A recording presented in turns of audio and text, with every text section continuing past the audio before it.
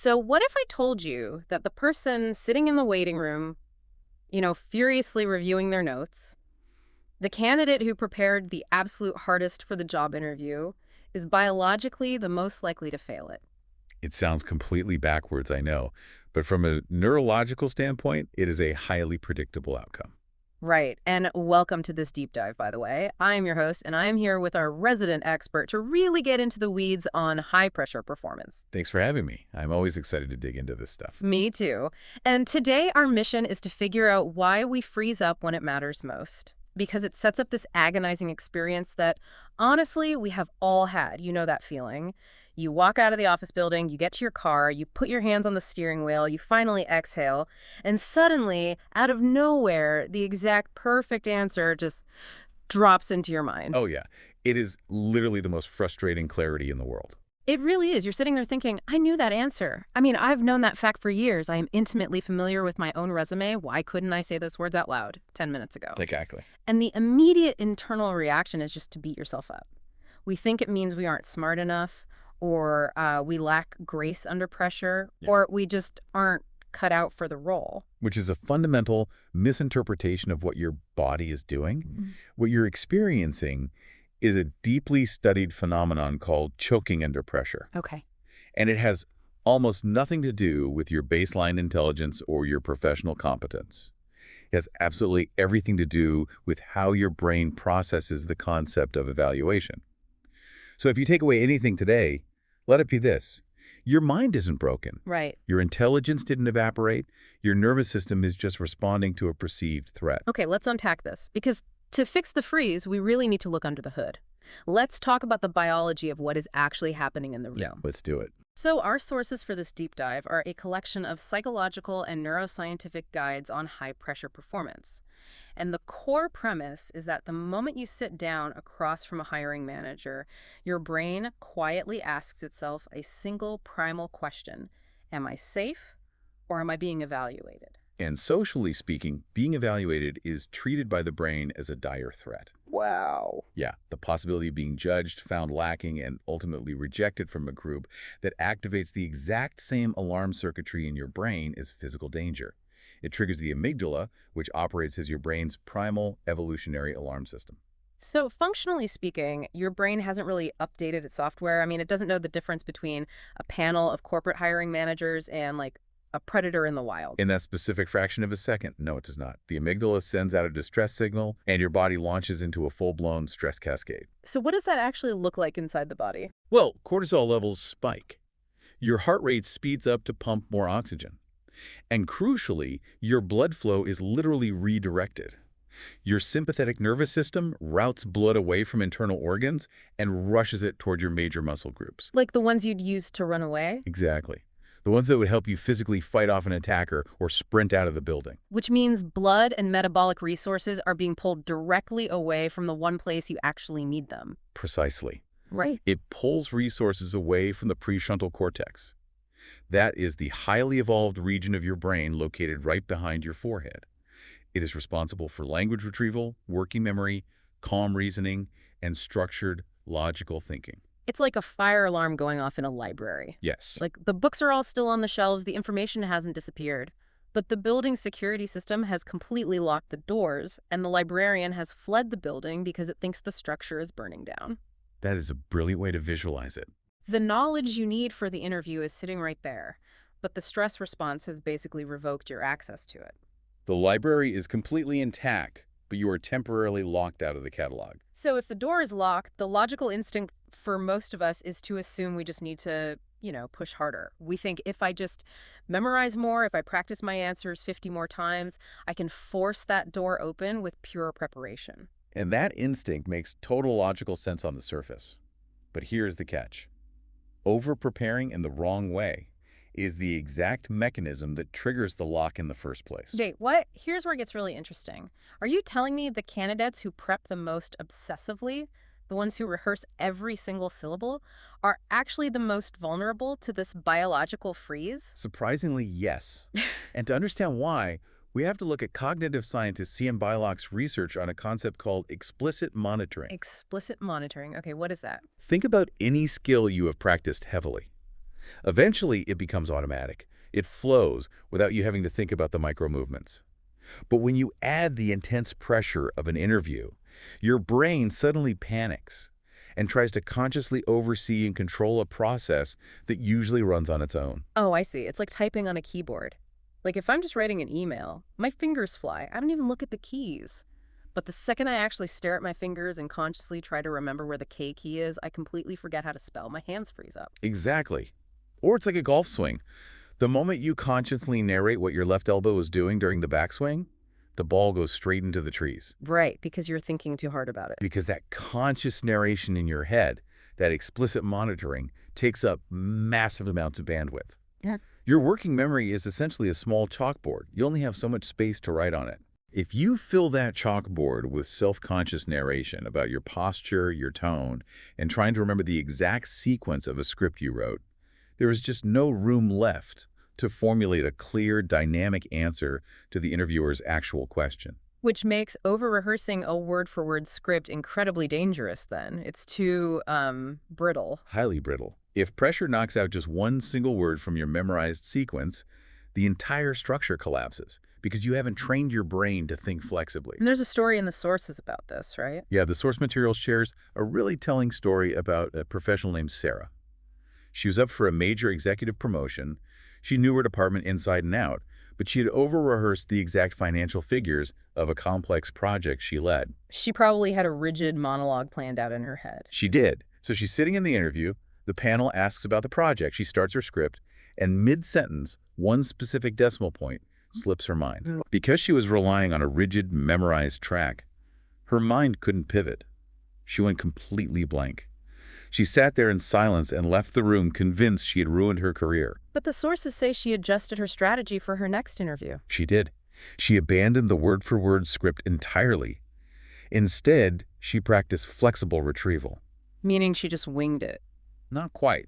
She jotted down a few high-level bullet points and practiced pulling the ideas together on the fly, answering questions slightly differently every time. By relying on her underlying understanding rather than a memorized track, she freed up her working memory. She let natural pauses happen, and she got the promotion. That is so wild. So if rote memorization locks the door and flexible retrieval keeps it open, what happens when the stress response morphs? Because freezing isn't the only way this biological alarm shows up in the room, right? I mean, I've definitely had interviews where I didn't blank out, but I left feeling like I had just nervously babbled for 45 minutes straight. Yeah, the classic stress responses we hear about are fight, flight, and freeze. In an interview context, fight might look like getting overly defensive or hostile when asked about a gap in your resume. Right. Flight is when you mentally check out, give one-word answers, and clearly just want to escape the room. Freeze is the blank stare we just talked about. But there is a fourth response that often flies under the radar. Fawn. Fawn. Like people-pleasing on overdrive. What's fascinating here is how the fawn response actively disguises itself as enthusiasm. It shows up as excessive agreeableness, over-apologizing for minor things, or endlessly rambling just to please the interviewer. Oh, wow. You aren't really answering the core question anymore. Your nervous system is desperately trying to appease a perceived threat by being as compliant, agreeable, and talkative as possible. Wow. So when I catch myself rambling, it isn't just me being chatty or extroverted. It's my brain waving a white flag saying, please like me, please don't hurt me. It is entirely an appeasement strategy. And if we connect this to the bigger picture, the specific way these stress responses manifest and the specific triggers that cause them depend heavily on what stage of life you're in. Okay, that makes sense. The sources break down the nuances of pressure across different age brackets, and it reveals how our internal narrative changes the stakes of the interview. Which is so true.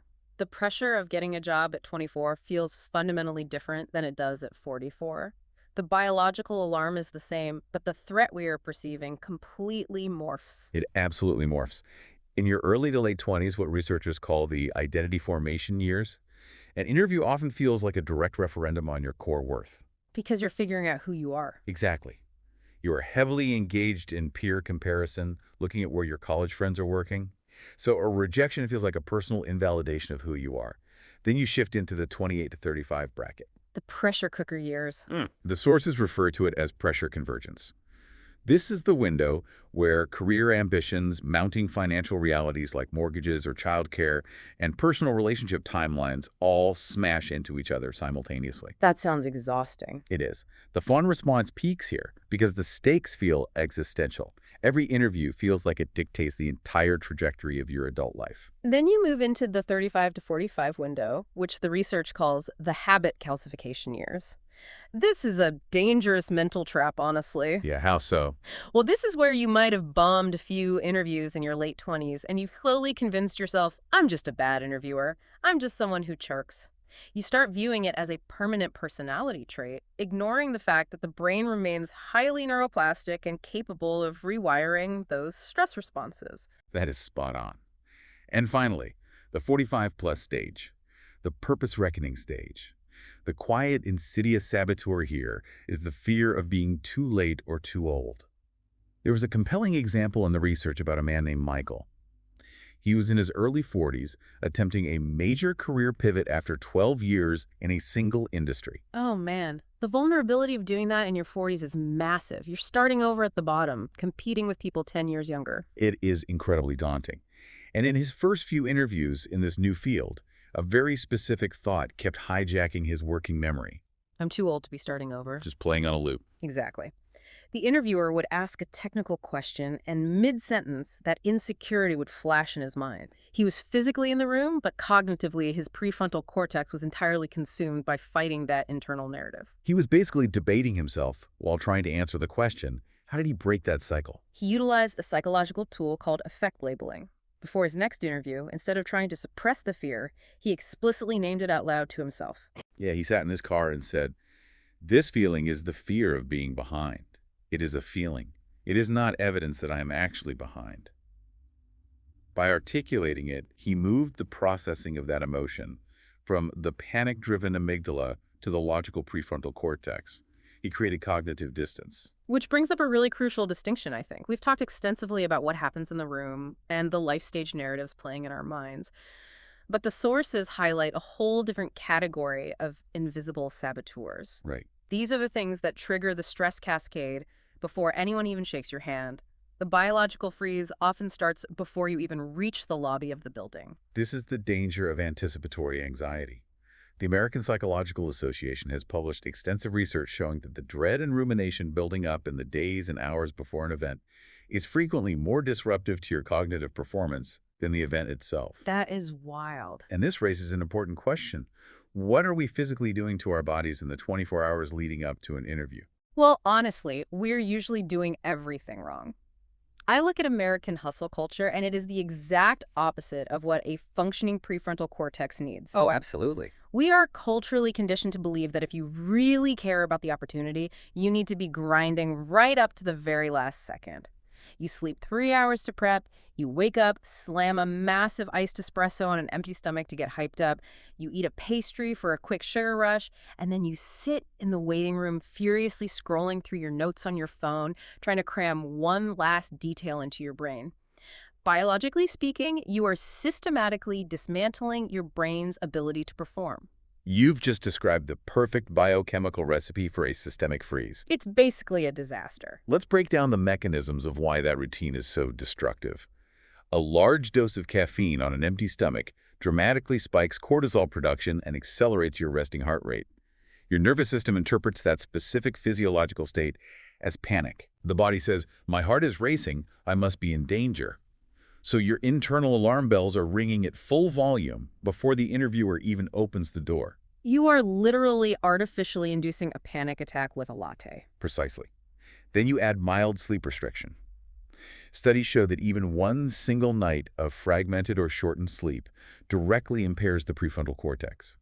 It degrades the exact neural pathways you rely on for verbal fluency and rapid reasoning. And the sugar. Throw in refined sugar, which causes a rapid spike and subsequent crash in blood glucose, and you get intense brain fog. Right. And what about the phone scrolling? Because almost every single candidate is sitting in the waiting room staring at a screen. Doom scrolling, checking emails, or cramming notes on your phone keeps your nervous system in a state of high vigilance.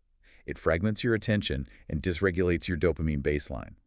Right before a high-stakes event, your brain requires a calm, low-stimulation environment to gather its resources. So no phones. Right? Instead, you're flooding your visual cortex with rapid-fire inputs, exhausting your cognitive battery before you even need to use it. There is one more invisible saboteur the sources bring up, and it's a profound one-stereotype threat. Yes, this is based on the landmark research of Stanford psychologist Claude Steele. If you belong to a marginalized, underrepresented, or stereotyped group, and you are walking into an environment where you worry that making a mistake will confirm a negative judgment about your group, you carry an enormous, invisible cognitive load. So it's not just the pressure of the interview questions. Far from it. A portion of your working memory is constantly monitoring the room.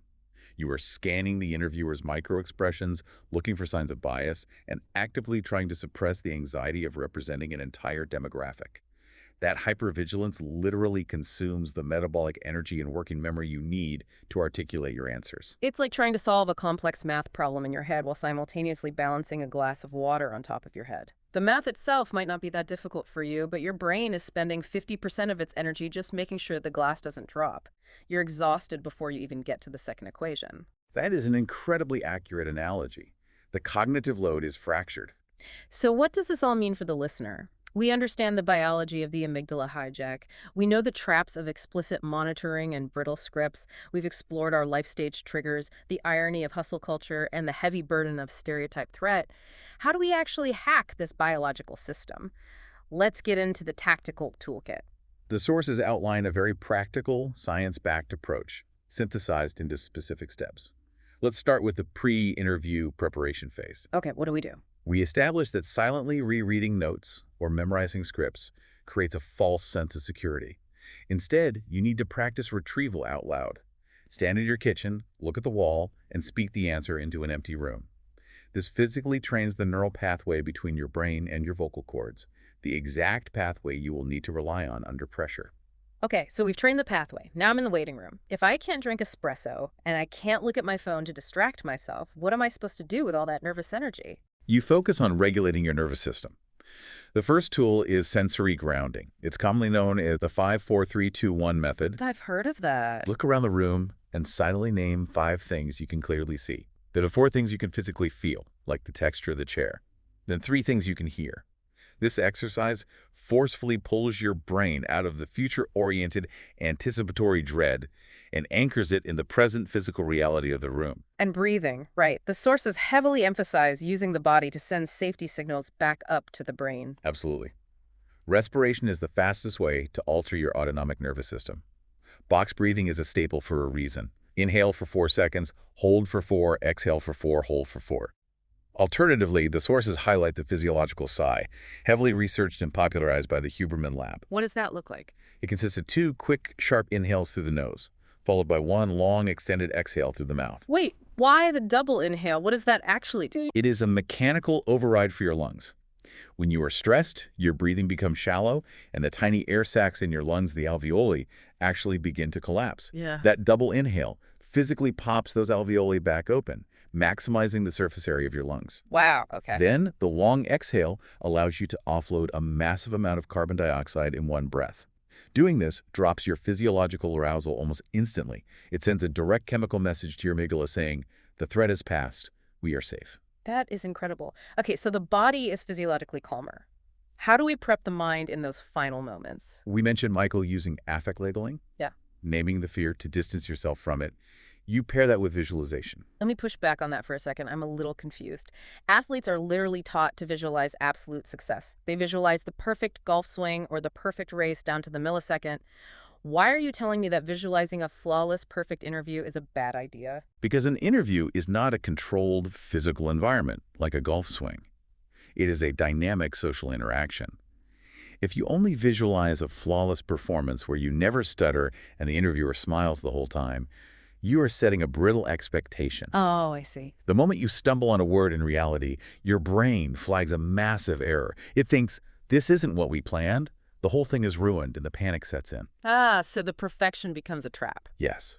Building true mental resilience means visualizing the recovery. Visualize yourself getting a question you don't know the answer to. Visualize yourself pausing, taking a breath, and recovering gracefully. You have to rehearse the pivot, not just the success. That makes total sense. Now, we are in the room. The interview has started. What is the first mental shift? reframing the dynamic of the conversation. It is not an interrogation where you are pleading for validation. It is a two-way evaluation. You are there to figure out if this company's culture and this role actually fit your life. Shifting into an evaluative mindset pulls you out of that defensive, fawning posture and puts you on equal footing. But what if they ask a highly technical question and you feel that freeze starting to happen? Like you can physically feel the blood leaving your prefrontal cortex. You are locked out of the library. What is the emergency override? You deploy the power pause. Most candidates have a deep, irrational fear of silence. They think any pause longer than 1 second signals incompetence, which leads to rambling. But psychological research consistently shows that interviewers view a brief, deliberate pause before an answer as a sign of thoughtfulness and executive presence. The sources mention a specific story about this, right? A recent graduate named David. Yes, David was in the middle of a grueling technical interview. The panel threw him a complex scenario question, and his mind went entirely blank. The ultimate nightmare scenario. The exact moment most people would start fawning or babbling. But David didn't. He stopped. He took a deliberate breath and simply said, "That is a fascinating constraint. Let me think through the architecture of that for just a second." He sat in total silence for 4 seconds. Which probably felt like 4 hours to him. I'm sure it did. But by buying himself those 4 seconds, he gave his prefrontal cortex the biological time it needed to reboot, lower the heart rate, and reconnect to his working memory. He delivered a stellar answer. And when he was offered the job, the hiring manager specifically cited that pause as proof of David's composure and maturity under pressure. That is so empowering because the goal of this entire toolkit isn't to turn you into an emotionless robot. The goal isn't to feel absolutely zero nervousness. Not at all. A moderate amount of physiological arousal is actually beneficial. Nerves just mean the outcome matters to you. The goal is managing the intensity of that arousal so it aids your performance rather than destroying it. This whole deep dive shifts the perspective so radically. Choking under pressure is just a biological glitch. It is not a character flaw. You don't lack intelligence. Your brain just temporarily misplaced the keys to your working memory because it thought you were being chased by a bear. And now, with flexible retrieval, sensory grounding, the physiological sigh, and the power pause, you have a master key to get back into that library whenever you want. The books are all there. Your intelligence, your wit, your empathy. You just have to learn how to turn off the fire alarm. And that realization applies to so much more than just corporate job interviews. Think about it. If these primal biological alarm systems dictate how we perform in a conference room, where else in your life are you choking? Oh, that's a great point. Think about a high-stakes emotional conversation with your partner, or a moment of severe creative block when you're trying to write or design. The exact same amygdala hijack is happening. Yeah. Could treating those moments, those arguments, those blocks, as nervous system overloads rather than personal failures entirely change the way you navigate your daily life? Yeah. What if you took a physiological sigh before responding to your spouse? Something for all of us to think about. Thank you for joining us on this deep dive. Hopefully, the next time you step into the waiting room, you'll know exactly how to keep the doors to your library wide open.